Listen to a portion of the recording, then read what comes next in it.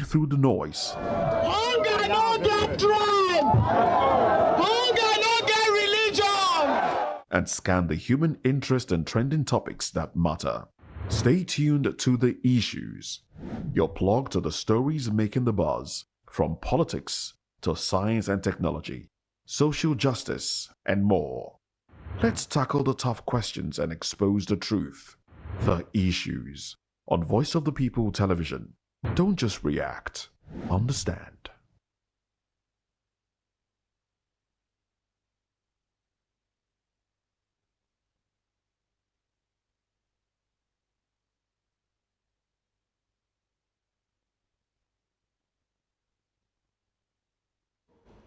Alright, welcome to another exciting episode of The Issues on Voice of the People TV, where we bring you the most important and pressing issues shaping our nation today.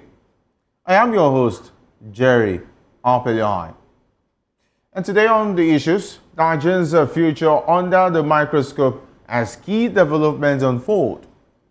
P2B releases document to clear name on Abacha allegations. The U.S. tightens visa rules for Nigerians, and Sowore advocates for a 500,000 naira monthly salary for policemen. What do these issues reveal about Nigeria's current state and future prospects? Join us as we delve into these pressing matters and explain the implications for the Nigerian people. Let's get into the issues. As we ask you to stay with us after this short break, we'll dig deeper into these topics and more. Don't go away. Truth is the ultimate power, and opinions scream the loudest. It's time to wade through the noise. Hunger no get tribe! Hunger no get religion! And scan the human interest and trending topics that matter. Stay tuned to The Issues, your plug to the stories making the buzz, from politics to science and technology, social justice, and more. Let's tackle the tough questions and expose the truth. The Issues on Voice of the People Television. Don't just react, understand.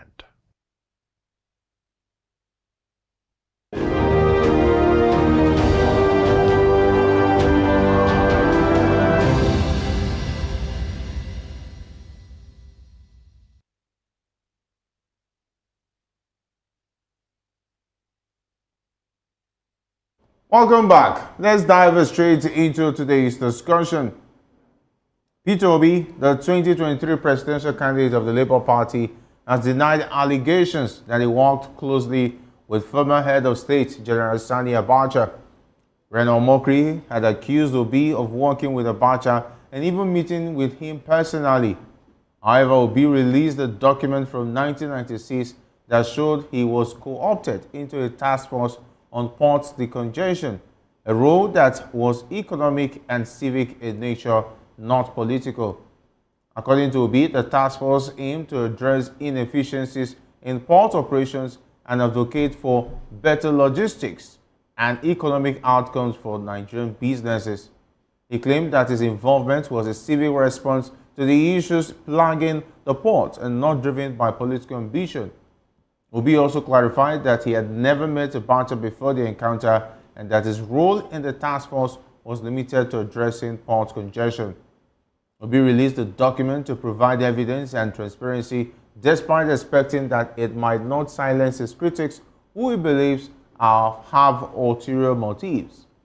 The document, signed by the then Minister of State for Finance, Abu Gibado, confirms Obi's appointment to the task force on April 24, 1996. Today, I'm delighted to be joined by two esteemed guests. Here in the studio, we have Dr. Peter Anosike. Dr. Anosike is a philosopher, development economist, and best-selling author.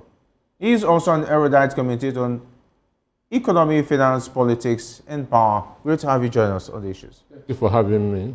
Always a pleasure. Joining us virtually is Emperor Jackson Ojo, a public affairs analyst. He is also a security expert and executive protection specialist. Great to have you join us on the issues. All right, we also have Comrade Ibichukwu Ezike, the Executive Director of Civil Liberties Organization and a human rights advocate. Great to have you join us, Comrade. All right. It's my pleasure. Good evening. All right, Emperor Jackson, right? Okay, let's start off with the Emperor there.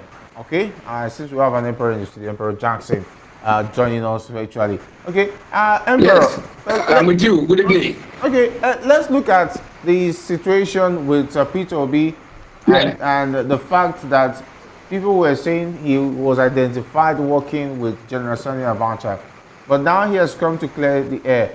Why do Nigerian leaders only clarify their past when they are under fire?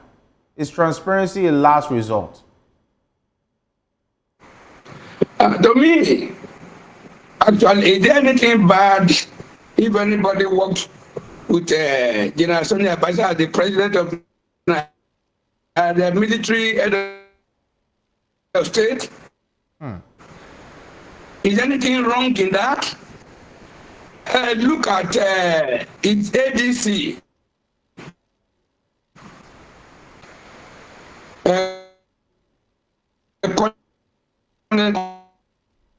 Abdallah.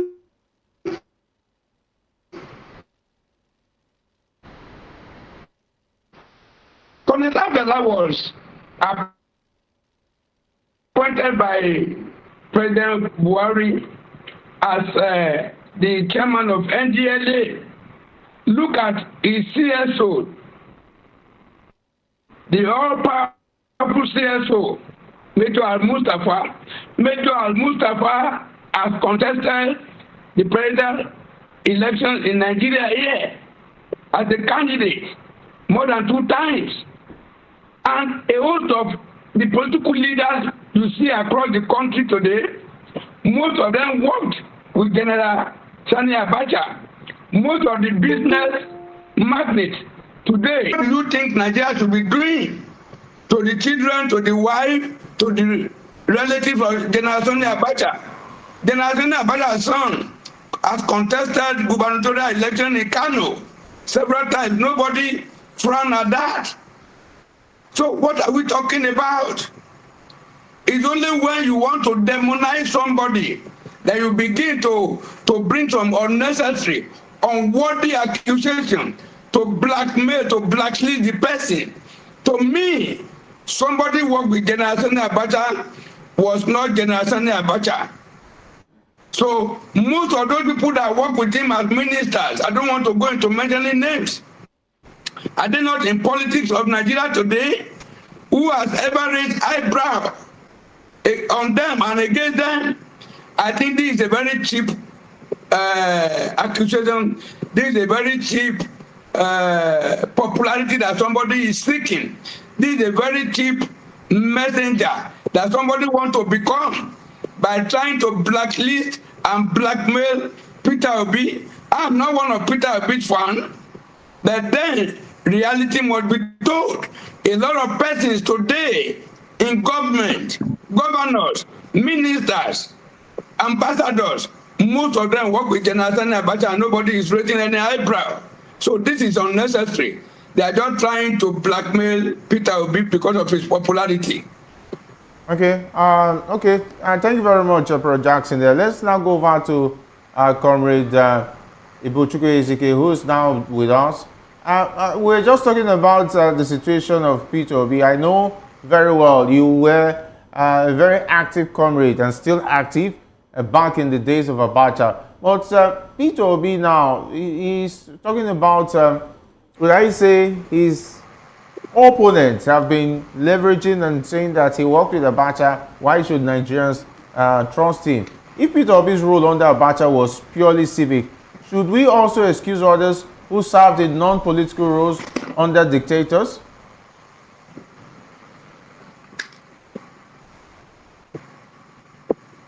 Comrade, are you with us?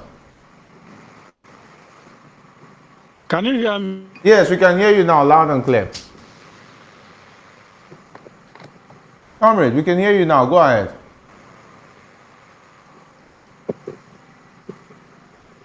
All right, comrade, you have to mute your audio so we can get to hear you. But while you trying to do that, let me go to Dr. Peter Anosike. Can you hear me now? Yes, I can hear you now. Because you said you were hearing the other. I don't know what happened again. Okay. Maybe network. Yeah, of course, due to the network issues, we apologize for Yes, that. I said I want to align myself with the last speaker on this topic. Okay. Thank you. Yeah, people are just trying to malign Obi for no just cause. People stole billions from this country with Abacha, under Abacha's regime. And today, they are in politics. The current president was a senator that Abacha sacked their regime. You recall when they came back to reconvene a National Assembly. So that somebody was appointed, you judge him or her on the actions he took during the period he was in government. People can be appointed, but they didn't commit atrocities or corruptions. They worked in accordance with the law and due process. You cannot say because they worked with somebody who appointed them, who was a corrupt person, who was a killer, and who was abusing due process and the law, that such persons also committed the same crime. No, Nigeria does not belong to Abacha or to Tinubu or to anybody who is in power. Nigeria belongs to all of us. And if you are called to serve, you go and serve blamelessly. I was a chairman of a board under the past administration of Enugu State, Chief Ifeanyi Ugwuanyi.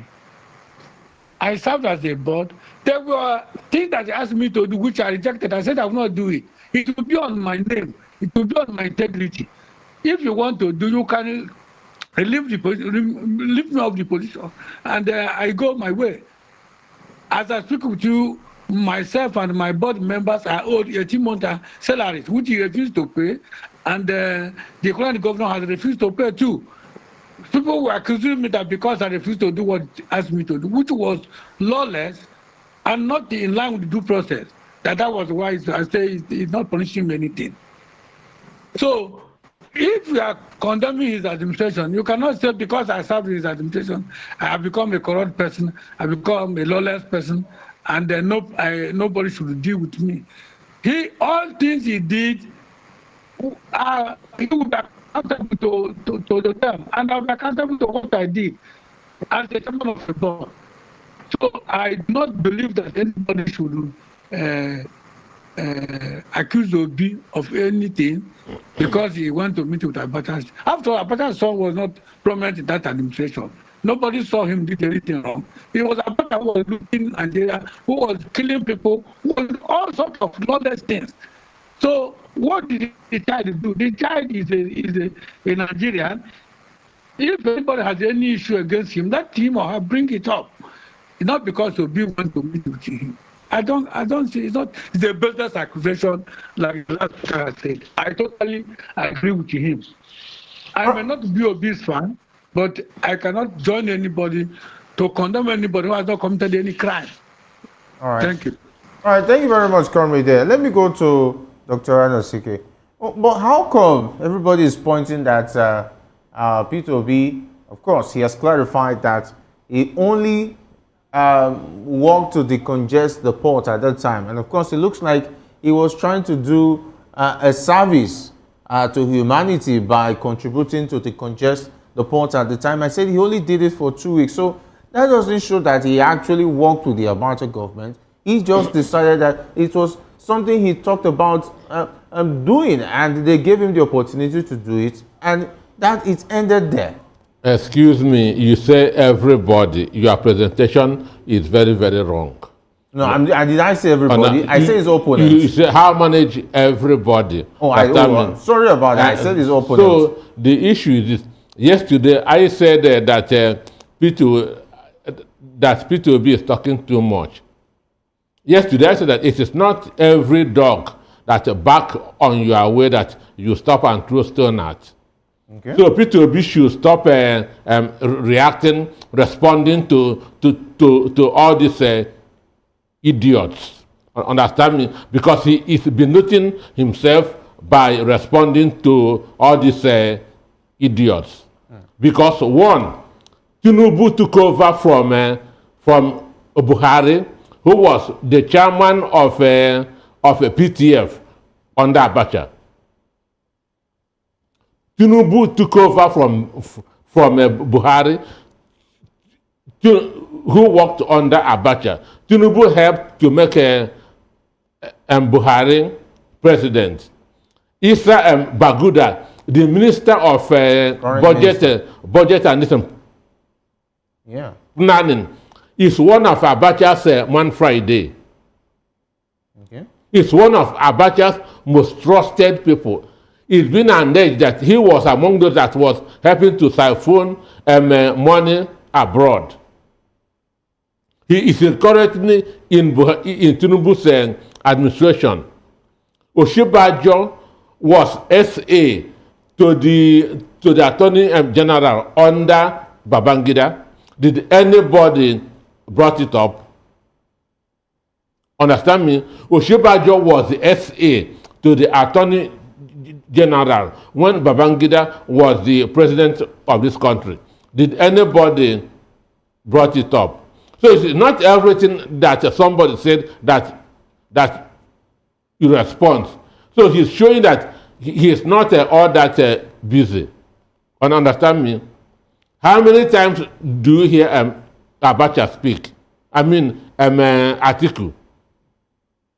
So for me, this thing doesn't make any meaning.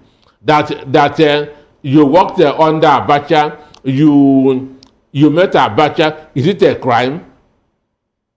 Abacha is the head of state of this country, and even his 5 years, Abacha's 5 years in office is 100% better than APC 10 years in office.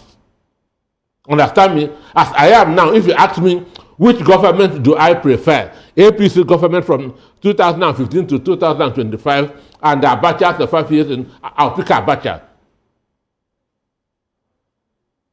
Because Nigerians were not going to bed without food under Abacha. And as Comrade Ibuchukwu said, civilian dictatorship is far worse than military dictatorship. And right now, we are in civilian dictatorship. So it's not everybody that talks that P2B will go and begin that to look for certificates that you show. There are things you ignore. But does that not show that he keeps records? It shows that he's somebody who wants to clear his name no matter how little it looks like, it sounds like, so that his supporters will know that this is the kind of character they should trust with their votes. Jerry, it's not every dog that bark on your way that you should stop and throw stone at. But now that it is clearly that you are not busy. But not that he has cleared the air. Is that not going to douse the tension or make sure that the opposition will look for something else? Now, he's going to make them more busy to start looking for other things because now it looks like he's going to be dead in the water. So for me, there's nothing wrong in serving a government of your country. Most important thing, as Ibuchukwu said, what was your action in that government? What did you do? Did you serve well or did you serve badly? That is the most important thing. So that you meet Abacha, you dine with Abacha, does not make you an evil person. Okay. Understand me? Okay. The issue is this: what did you do? Did you work according to the constitution of the country? That is the most important. Understand me? And if you work according to the dictates of the constitution, understand? For me, there's nothing wrong there. So they are seeing P2B as somebody who responds to everything, and because of it, they are looking for they're throwing every kind of mud on him. Understand? Okay. Using him to generate content in their social media space. Or media space. So for me, he must not be responding to every idiot. Wow, that's quite a harsh, of course, way to look at it. Of course, those are the words of Dr. Peter Nosike, not the words of Voice of the Yes, People it's Peter television. Nosike. It's Peter Nosike. Yeah. He must not be responding to every idiot. All right. Anyway, let's leave that conversation because this next conversation is very, very, very interesting. And of course, it worries a lot of Nigerians who have something to do with the United States because the U.S. Department of State has introduced new visa restrictions for Nigerian citizens, limiting non-immigrant and non-diplomatic visas to single entry with a 3-month validity period. This policy change took effect immediately on July 8, 2025, and is part of the U.S. government's global visa reciprocity process. And of course, the restrictions are designed to protect the integrity of the U.S. immigration system and align with global technical and security benchmarks. The U.S. mission in Nigeria emphasized that existing non-immigrant visas issued before July 8, 2025 will retain their original status and validity.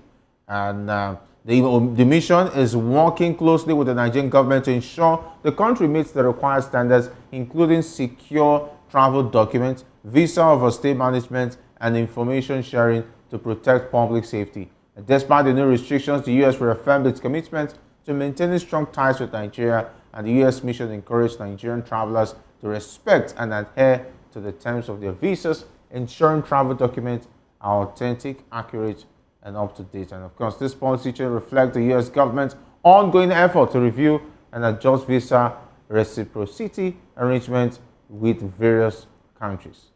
And of course, Bashir Ahmed, who was an ally to Buhari, former presidential aide to Buhari during his government, has suggested that the recent adjustment of the United States visa policy for Nigeria is not solely based on the principle of reciprocity, but rather a reflection of Washington's unease with Nigeria's shifting global alliance. And of course, the word about, according to him, the decision may be linked to Nigeria's deepening ties with BRICS, talking about Brazil, Russia, India, China, and South Africa, and the strong signals sent by President Bola Tinubu's active engagement with emerging global blocs. All right, let me go over to Emperor Jackson. Is this the time for Nigeria, with the situation we are economically, I beg your pardon, to be enemies with the U.S.? Because with the president went right there and, of course, to show face at the BRICS meeting. And I remember that when Buhari was in power, he stylishly somehow was not there at the inauguration of the BRICS movement. But now it looks like Tinubu has said that he's going in full deep into this. Now, U.S. has reciprocated with this new visa restriction. I think I want to congratulate Nigerians and their government.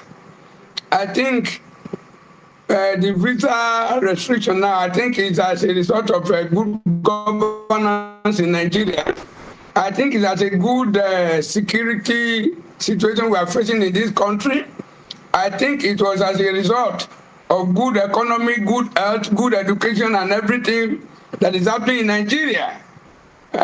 So when they kind of maybe from your community to another community, you have free, during the market day, you have free movement, but they now tell you now this time around, you can only come to sell a particular thing in the market. You should know that possibly in your community there's something you have done that making those people to restrict your movement. Honestly, it's as a result of kleptocratic system we are running again in Nigeria today. It's as a result of kakistocratic government by the worst citizen that is operating in this country today. That is part of the reflection.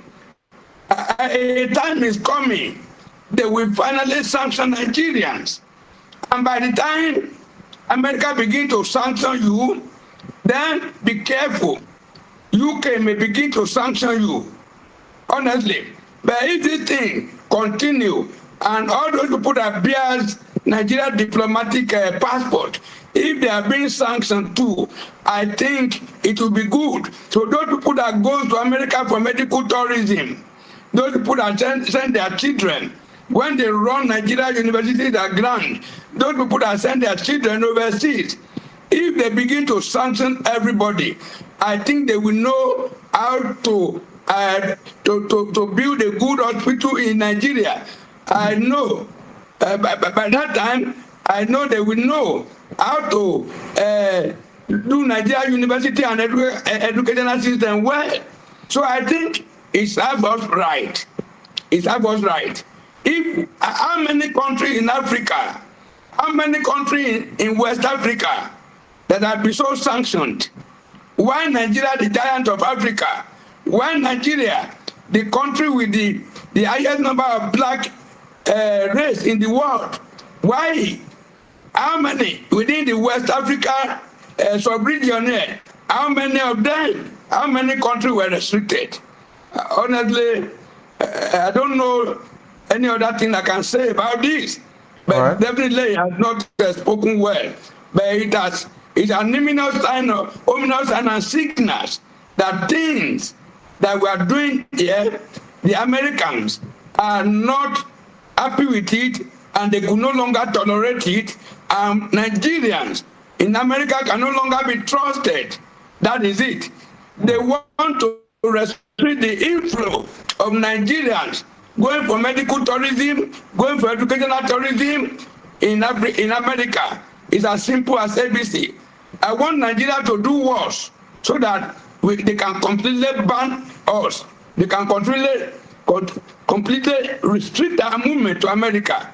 If these people can no longer go for America to America for tourism, medical tourism, education tourism, I think they will know how to repair their own country.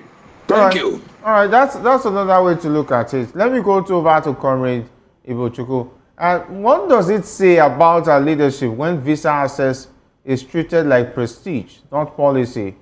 Because what do we benefit from joining BRICS, for instance? If, for instance, America is not happy, is this the best time to be enemies with the United States under a Donald Trump? Well, it is not the best time to be in enmity with America or any country. There's no time that anybody should be in enmity with anyone. But this one is that the government of Nigeria has collapsed. Nigeria has sunk into the depth of the sea. When people can no longer feed, when people can no longer pay their children's school fees. My parents trained me up to the university level.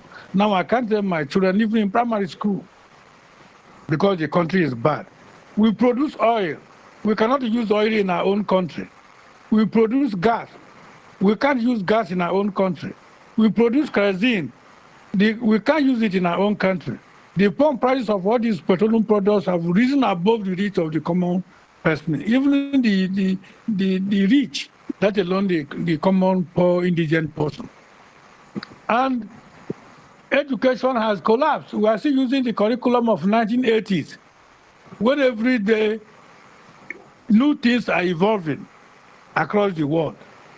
So if Nigeria were doing well, and America or any country says they are going to blacklist us, they are going to restrict our movement to their country, nobody will feel bad about it. Look at what is happening in Burkina Faso under a military dictatorship. People are going to bed happy, eating food, having good education. In fact, Burkina Faso is now exporting products to other countries of the world. They are not importing. We have become an importing and consuming country from A to Z.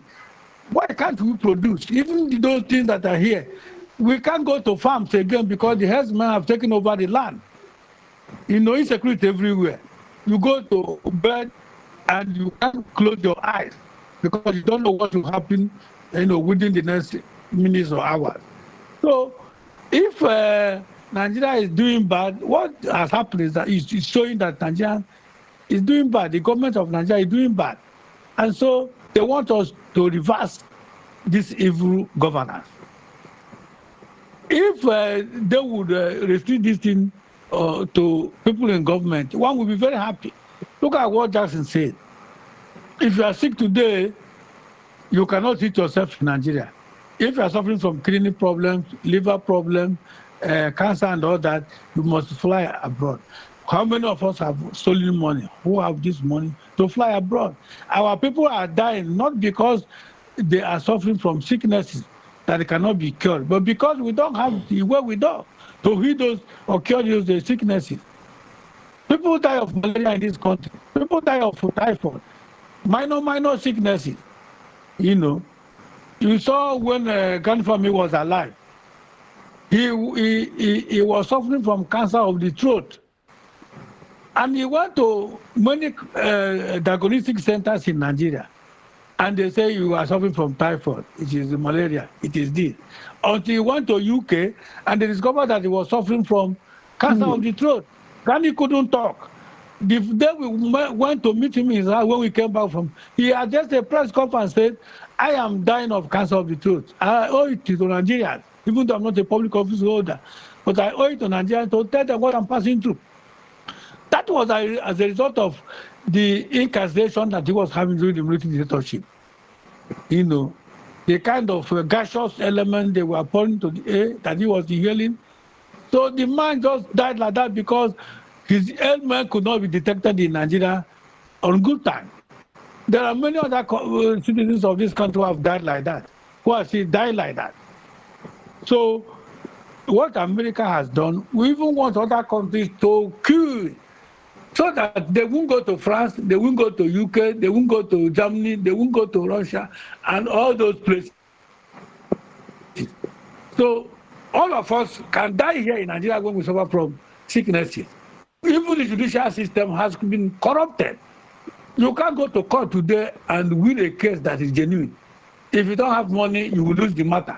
So I think they should also face the judicial officers, face the INEC, face all the public office holders in this country, because they are the people who are contributing or doing those evil things to Nigeria.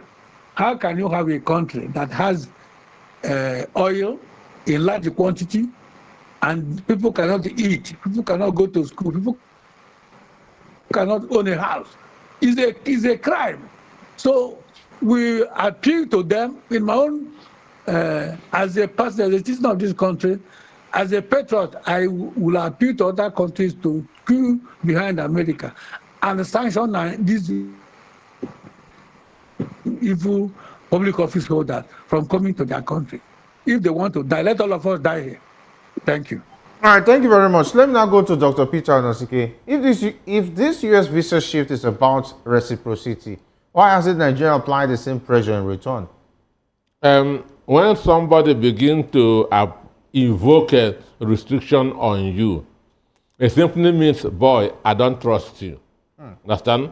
Then how can they trust you when FBI, CIA is investigating your president? How many West African presidents, how many African presidents is waiting for CIA, FBI, or report in the United States? How many? Understand me? So start from there and begin to look at what is happening to you. How many presidents in Africa is waiting for CIA or FBI report from the United States? So everything starts from the head. Even death starts from the head. Understand? So now it means, look, we don't trust you. We have to find a way of restricting entrance of these people. Understand? So Nigeria, assuming we had good people on top, has the capacity to do what Donald Trump is doing. Understand? This is a country of over 220 million. And when you have a large population, simply means large market. So Tinubu, assuming that he is a good leader, that Nigeria is functioning, can say, if you don't produce in Nigeria, I will give you 50% tariff for every of your product that's coming to Nigeria. Because we are the largest market in Africa. Understand me? And if Tinubu said so, China will begin that to shake. Russia will begin that to shake. UK will begin to shake because all these countries are using Nigeria as a dumping ground. Imagine having 220 million people and you are shaking, you are begging. Understand me? Which means there's no country in Europe that is more than 100 million. There's no country in Europe that is more than 100 million. But we have 220 and we are begging. We are going about looking for FDI, begging people that to come and invest, where, understand me, in Nigeria. Okay, the last 2024 FDI report showed that Nigeria got only $1.8 billion. 1.8 billion. Kenya got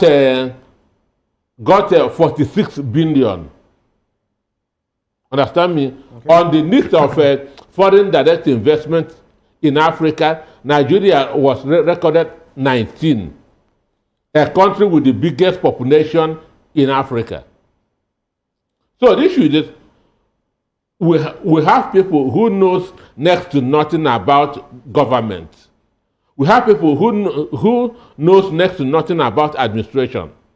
So that's why they are treating us as if we are this we are like a Cape Verde, a country of 500,000 people. Understand me? Tinubu, assuming we have good leaders in Nigeria, we can be talking tough. We can be threatening with tariff.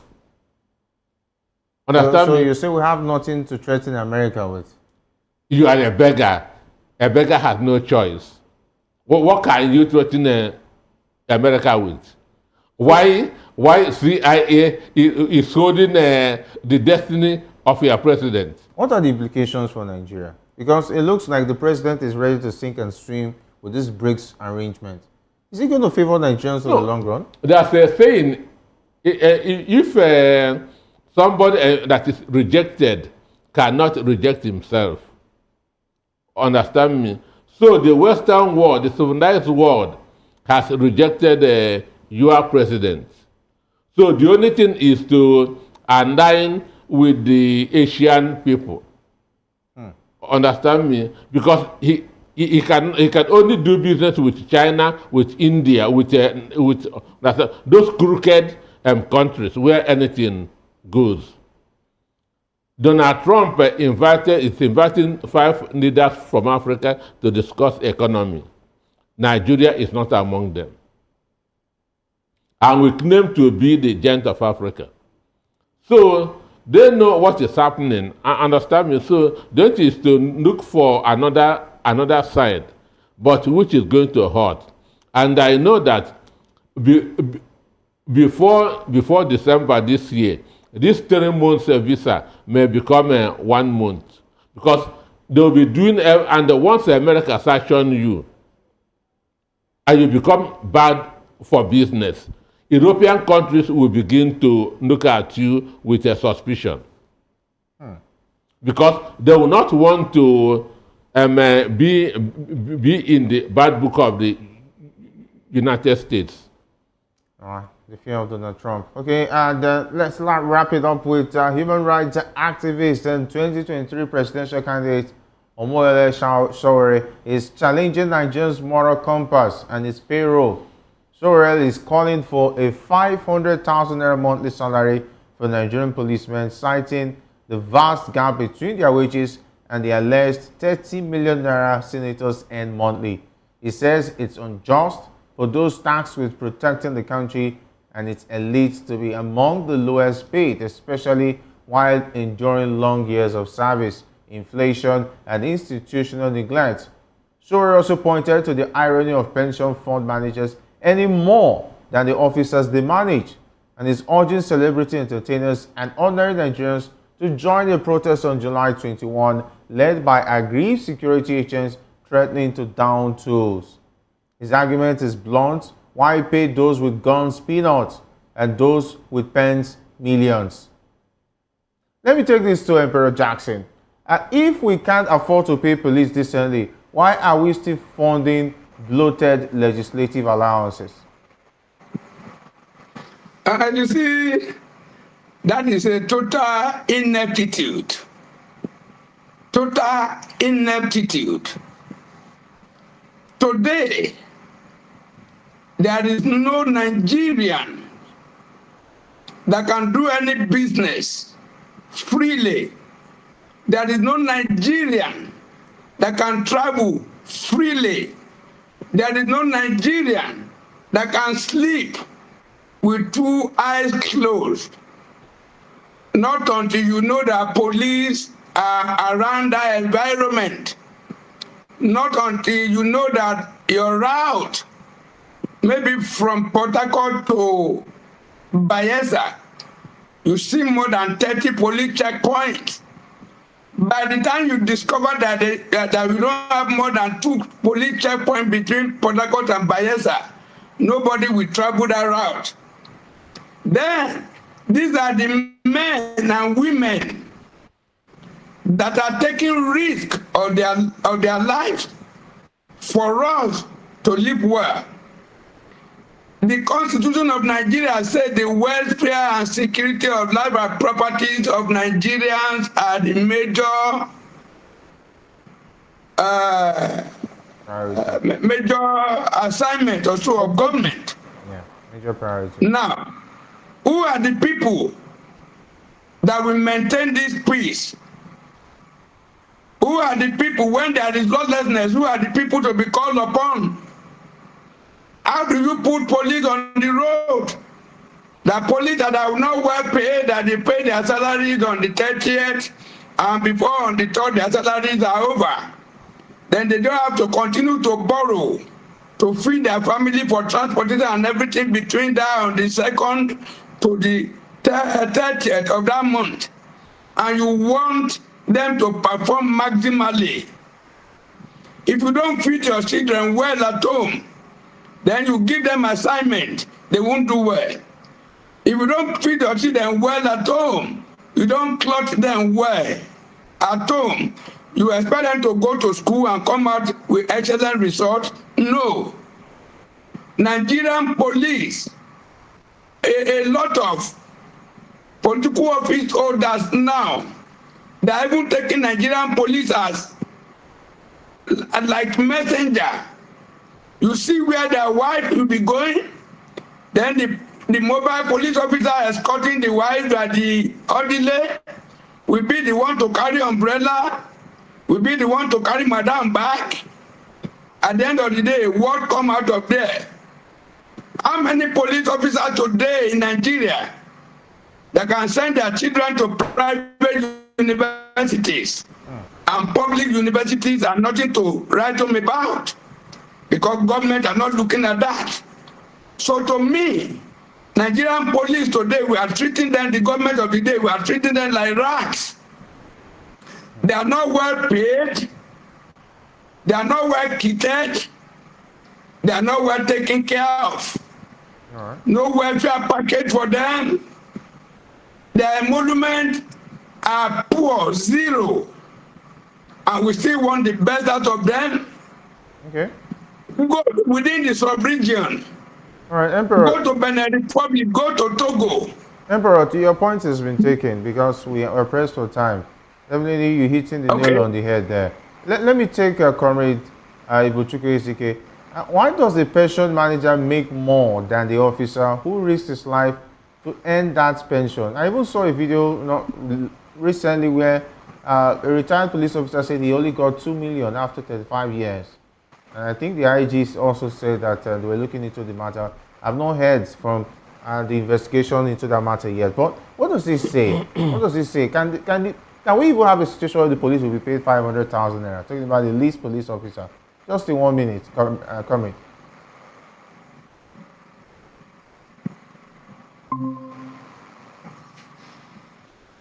Are you with us, comrade? Yeah, I had a technical issue. The network is very bad. I just got reconnected. Okay, I was just talking, can the police actually be paid 500,000 naira? And the July 21st protest, do you think it's going to make any sense or make any change? Just in 1 minute. Well, I don't know how much we have, because one of the problems that Nigerians have is that if you are given an appointment, you don't even know how the place is. You start saying, I will do this, I will do that. You don't even know whether the place has collapsed or whether it is still running. So it is when you get to power, because that's why most people will come and promise heaven and earth. But when they get there, they will not, they perform abysmally poor, and people will hold them to their words. So I don't know how much Nigerians have. You talk about the lecturers in the university, you talk about the civil servants. The police are not the only people that have been poorly paid in Nigeria. You do a holistic analysis so that you don't go and settle the police and the soldiers will start their own, the Navy will start their own, the other security apparatuses will begin protest, and you come you go into a confusion. Okay. So it is only when you get there, you know how the corruption is there, how much Nigeria is getting, you know the loopholes, how we are going to plug the loopholes, just like what Captain Traore is doing in Burkina Faso. So, All right. but if you saw on the outside and say you will do this, you will do that, you know how they have plundered this country. If you vote Traore tomorrow, and he comes in there and sees that there's nothing left, how is he going to do it? All right. Thank you very much, comrade. God bless you. God bless you. And of course, Dr. Anosike, just in 30 seconds, because we have to go. But excuse me, which police is Traore making case for? Which police? Nigeria is police, the most corrupt institution on earth. Police that carries ballot boxes. If they are paid well, maybe they will not carry they don't ballot deserve boxes. any increment. Maybe they are paid They, well. are, they don't deserve. They will not be used as the worst thing. I don't have any sympathy for them. They are evil. Don't you think they are paid more? They will do evil. well. I don't. They don't deserve any 1 naira increment. They are making their money on the road. Yes, it's because they are not paid They well. are making their money on the road. If they are paid well, they will not do that. If one of them can be wiped out and a new bunch of police people come, then I can say they deserve increment. These people, they are feeding fat on the poor Nigerian masses. All right, that's much you can take. It's getting heated here. Thank you very much, Emperor Jackson. Thank you very much, comrade Ezike Ibuchukwu, for being a part of the show. And of course, big thanks to Dr. Anosike, who's not really happy with the Nigerian police right now. They don't deserve any, they are making their money on the road. All right, that's all for today's discussion on the pressing issues shaping Nigeria's future. From Peter Obi's clarification on Abacha's allegations to the new U.S. visa policy and Traore's call for better police remuneration. We've explored the complexities and challenges facing the nation. Stay informed, stay engaged, and join us next time as we continue to dissect the issues that matter most to Nigerians' growth and development. I am Jerry Apelonhai. This has been The Issues on Voice of the People Television.